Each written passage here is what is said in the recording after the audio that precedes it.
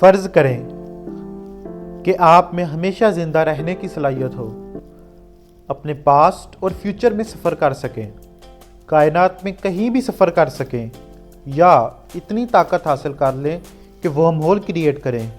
یہ وہ تمام بنیادی سہولیات ہیں جو ٹائپ 3 سیولائزیشن کے پاس ہوتی ہیں، لیکن کسی بھی سیولائزیشن کو ٹائپ 3 کس بیس پر کہا جاتا ہے؟ یقیناً کاردشف اسکیل کی بنیاد پر۔ کاردشف اسکیل کسی بھی سیولائزیشن کی ٹیکنالوجیکل ابیلٹیز کی رینکنگ اس بیس پر کرتی ہے کہ وہ سیولائزیشن انرجی کو کس حد تک استعمال کر سکتی ہے۔ اگر ایک سیولائزیشن اپنے رہائشی پلانٹ کی انرجی مکمل طور پر استعمال کر لے تو وہ ٹائپ 1 سیولائزیشن ہوگی۔ اگر ہم اپنے بارے میں بات کریں تو اگر ہم اپنے ارتھ کی انرجی مکمل طور پر استعمال کرنے کے قابل ہو جائیں تو ہم بھی ٹائپ 1 سیولائزیشن بن جائیں گے، لیکن ابھی کے لیے ہم ٹائپ 0.72 سیولائزیشن ہیں۔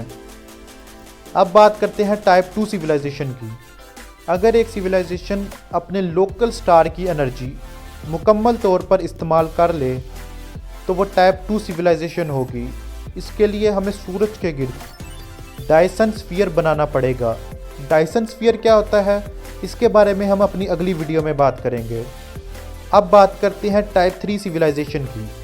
اگر ایک سیولائزیشن انٹائر گلیکسی کی انرجی استعمال کر لے تو وہ ٹائپ 3 سیولائزیشن بن جائے گی۔ سائنٹسٹ کے مطابق اس وقت ہم 0.72 ٹائپ سیولائزیشن ہیں، لیکن آئندہ 1 لاکھ سے 1 ملین سالوں تک شاید ہم ٹائپ 3 سیولائزیشن بن جائیں۔ چلیے، خیالی پناہ بنانے میں کیا گناہ ہے؟ سوچئے ہم نے ٹائم ٹریول کیا اور 10 لاکھ سال آگے چلے گئے فیوچر میں، تو ہم ٹائپ 3 سیولائزیشن بن چکے ہیں، تو پھر ہماری زندگیاں کیسی ہوں گی؟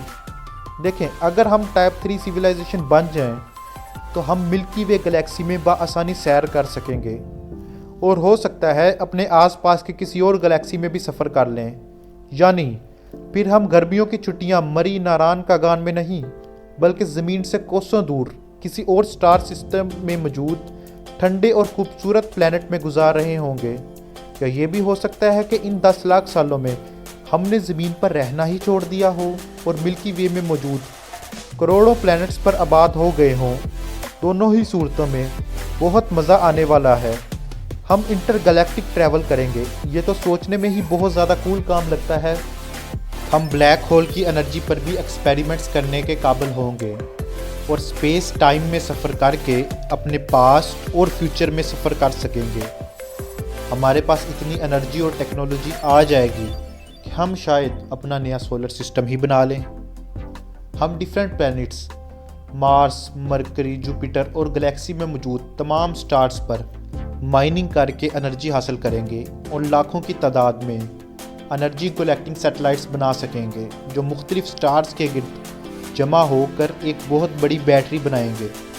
ہمیں بہت کم کام کرنا ہوگا اور زیادہ تر کام آٹومیٹڈ ہوگا، اور بائیو ٹیکنالوجی بھی اپنی انتہا پر ہوگی۔ آئنسٹائن کی تھیوری آف ریلیٹیوٹی کے مطابق ہم سپیڈ آف لائٹ سے زیادہ تیز سفر نہیں کر سکتے، مگر پلانک اسکیل پر ہم روشنی سے زیادہ تیز سفر کر سکتے ہیں۔ ٹائپ 3 سیولائزیشن بن کر ہمارے پاس اتنی انرجی آ جائے گی کہ ریسورس مینجمنٹ کی ضرورت پڑے گی ہی نہیں۔ یہ سب چیزیں بولنے کے لیے تو آسان ہیں، مگر کرنے کے لیے انتہائی مشکل، ہو سکتا ہے ناممکن۔ ہمارے پاس ابھی ایسے ریسورسز ہے ہی نہیں کہ ہم ٹائپ 3 سیولائزیشن کی لگژریز حاصل کر سکیں۔ اس کے لیے تمام ممالک کو مل کر اپنے تمام اختلافات بلا کر کام کرنا ہوگا۔ کسی بھی ملک کی ترقی میں رکاوٹ بننے کی بجائے اس سے سیکھنے اور اس کی مدد کرنا ہوگی، تاکہ اللہ رب العزت کی تخلیق شدہ وسیع و عریض کائنات کو ایکسپلور کر سکیں، اور یہ کام ہمیں نہایت محتاط طریقے سے کرنا ہوگا تاکہ کوئی اگریسو ایڈوانس ایلین ریز سے آمنا سامنا نہ ہو جائے۔ اس ٹاپک پر ہم اپنی اگلی ویڈیوز میں بات کریں گے۔ ابھی کے لیے اجازت دیں اور چینل کو سبسکرائب کریں۔ اللہ حافظ۔